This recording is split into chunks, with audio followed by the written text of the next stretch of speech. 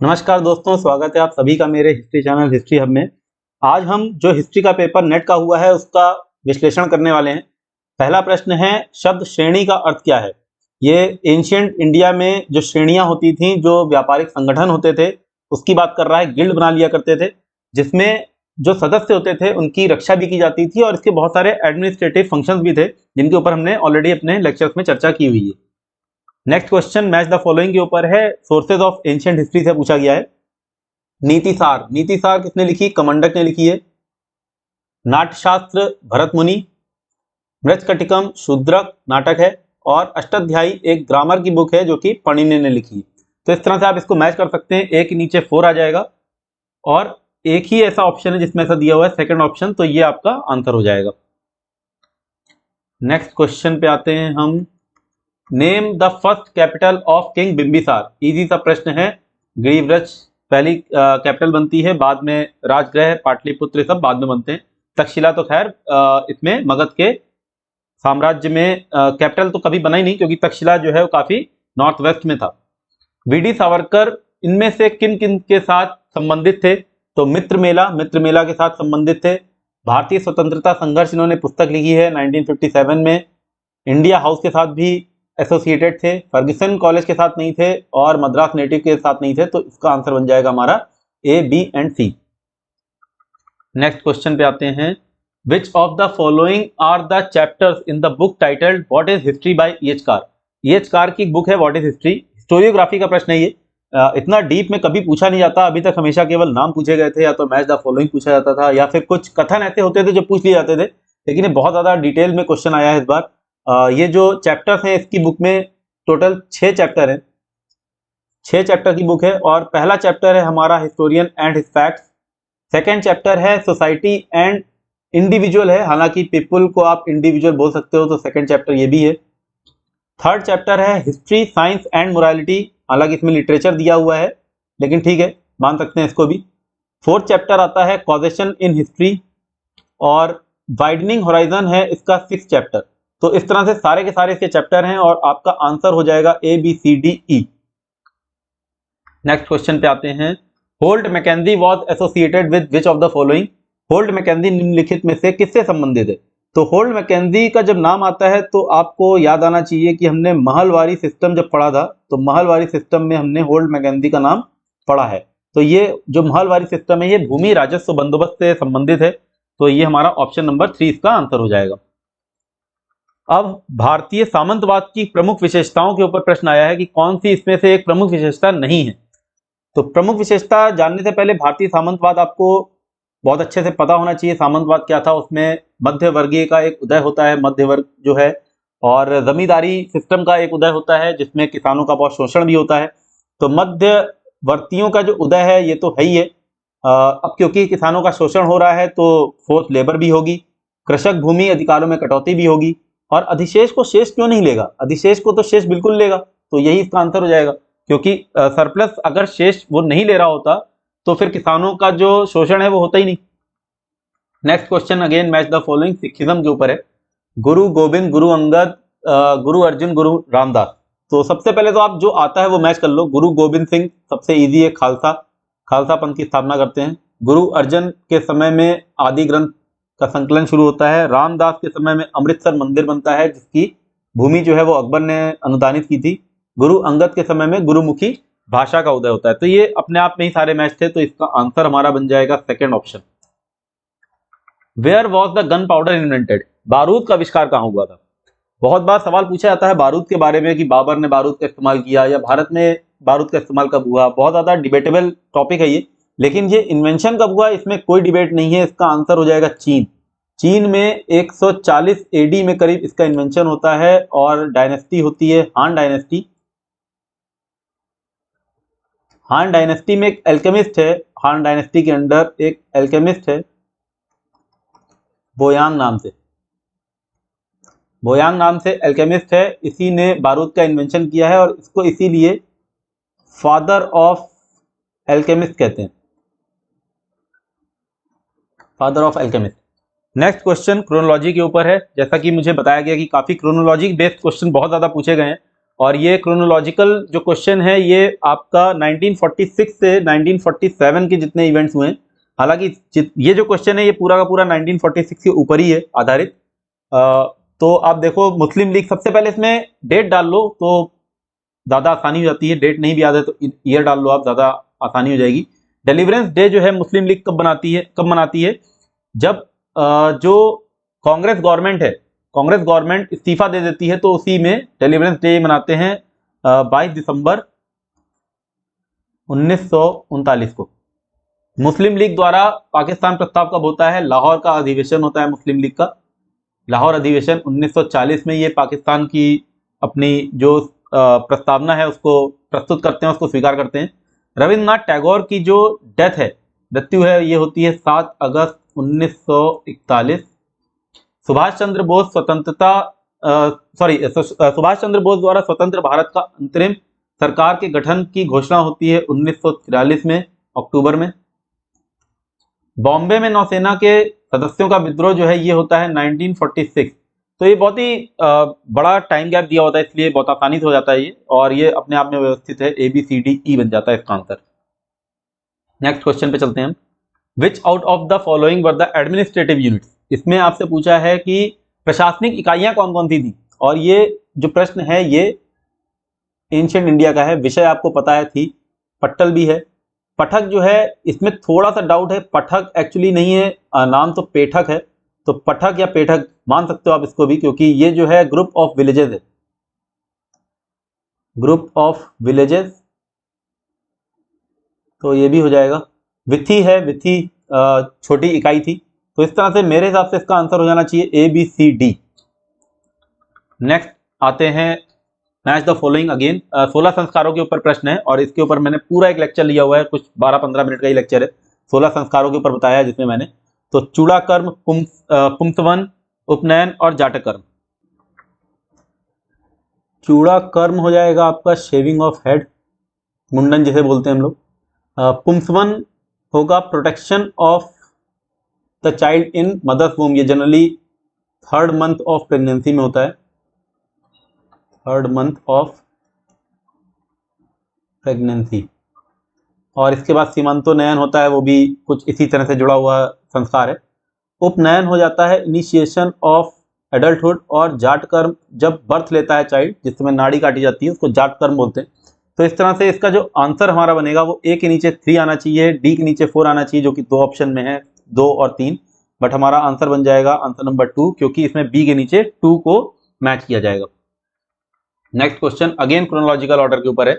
Cabinet mission present scheme for the formation of an interim government at the centre, Muslim League announces direct action day, constituent assembly begins its sessions, last meeting of the interim government, Jinnah elected as president of the constituent assembly of Pakistan.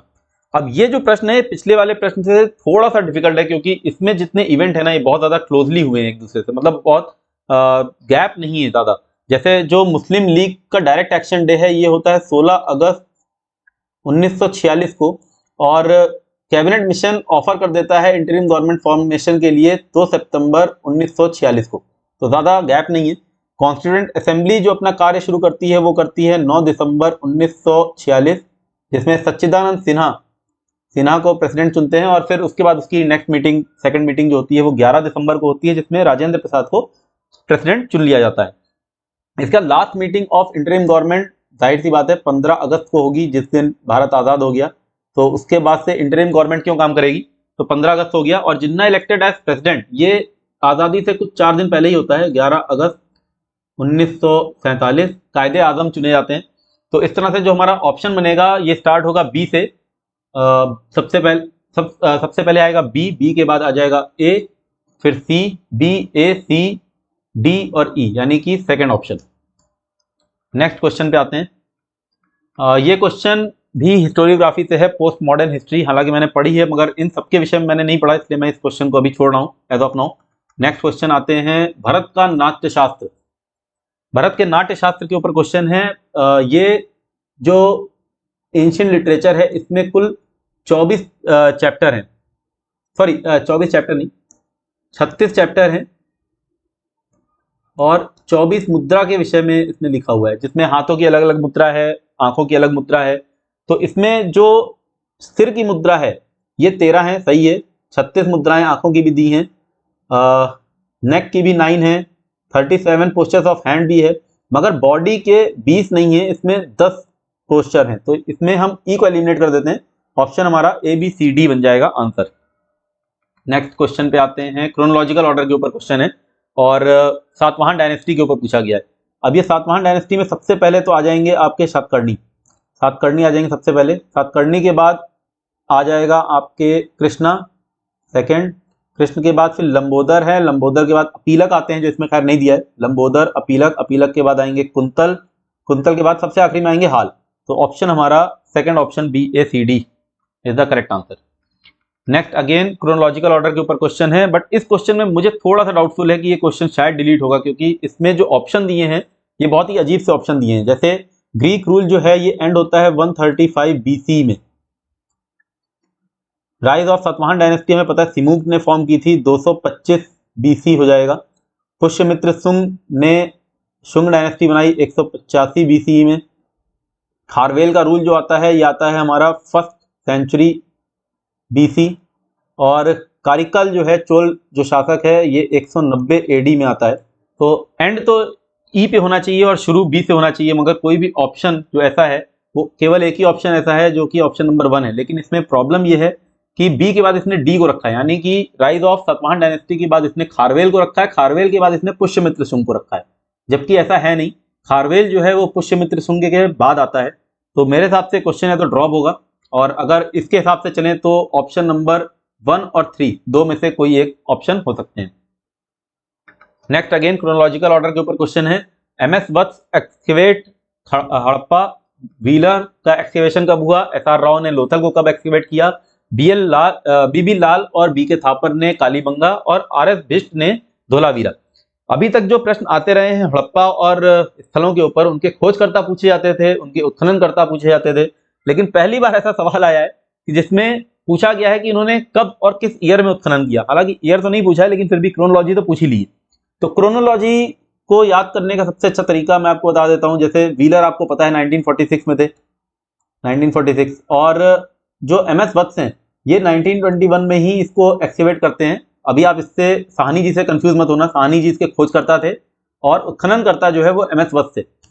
SR Rao ने लोथल को 1955 से 1960 के बीच में excavate किया है, और कालीबंगा जो स्थल है ये एक्सकेवेट किया गया है 1960 के बाद। एएसआई के अंतर्गत इसको एक्सकेवेशन किया था, और इसमें बीबी लाल थे, इसमें बीके थापर के साथ और भी लोग जुड़े हुए थे, जैसे एमडी खरे थे, और इसमें केएम श्रीवास्तव सर भी थे।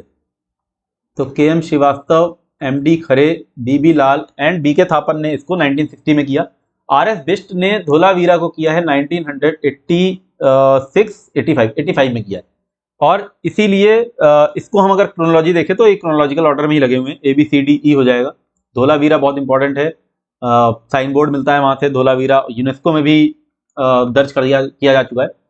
मॉडर्न हिस्ट्री के ऊपर, इकोनॉमिक ट्रेंड के ऊपर हमेशा क्वेश्चन आता है। दादा भाई नारोजी की पुस्तक हमेशा आपको याद रखनी है। इकोनॉमिक ड्रेन पूछ लिया, कॉन्स्टिट्यूएंट क्या क्या है, एक बार ये प्रश्न और भी आ चुका है इस तरह से मिलता जुलता कुछ इससे पहले। तो इकोनॉमिक ड्रेन, होम चार्जेस, पहली चीज तो याद रखना चाहिए आपको होम चार्जेस। होम चार्जेस में क्या क्या आएगा आपका? Store purchases in England, interest on foreign capital investment, foreign banking, insurance and shipping, interest on public डेब्ट रेस्ड अब्रॉड। मैं समझाता हूँ आपको है क्या।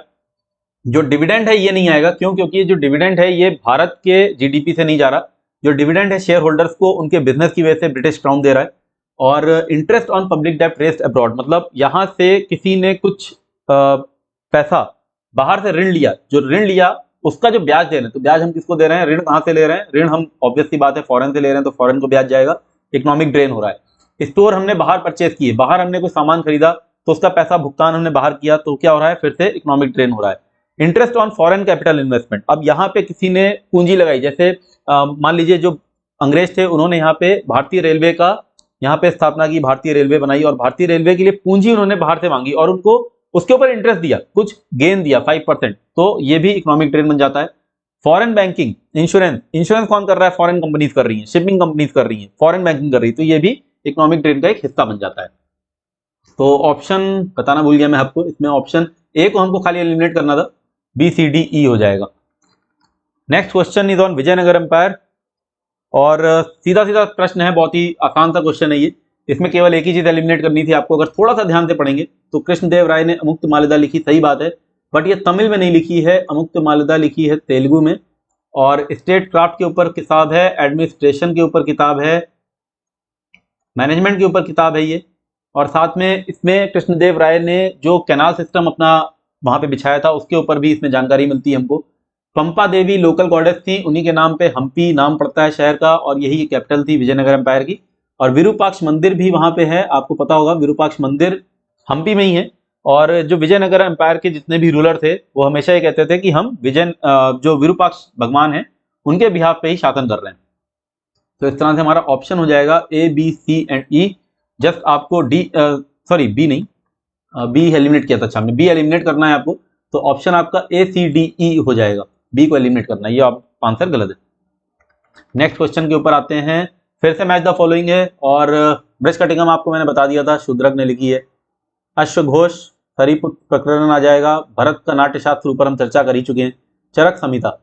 तो इस तरह से इसका जो ऑप्शन बनेगा ये ए के नीचे 1, बी के नीचे 3, ऑप्शन हमारा क्या आ जाएगा, ए 1 और 3 बन जाएगा ऑप्शन नंबर 3। तो ये कुछ प्रश्न मैंने अभी तक पढ़े थे, इनके ऊपर मैंने चर्चा कर ली, हालांकि मैं बाकी के प्रश्न अभी पढ़ूंगा तो उसके ऊपर भी देखता हूँ, आपको बताऊंगा थोड़ी देर बाद। तब तक के लिए धन्यवाद, मैं मिलता हूँ आपसे अपने अगले लेक्चर में।